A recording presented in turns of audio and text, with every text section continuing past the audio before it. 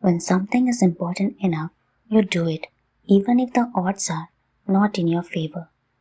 This means that if you consider something important as a goal or target that you want to achieve, do it, because nothing is impossible if you have a dream.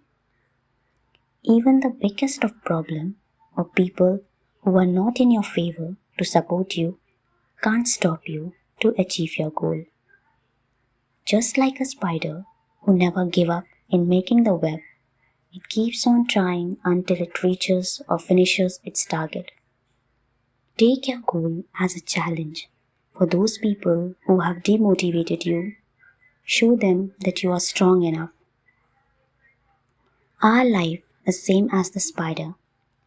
You must say to yourself that I can, I will, I must. Throughout the journey of success, you might face many ups and downs, problems, you may even have to sacrifice so many things. But you must think that success is waiting in your doorstep. The most important thing, believe in yourself. Be confident.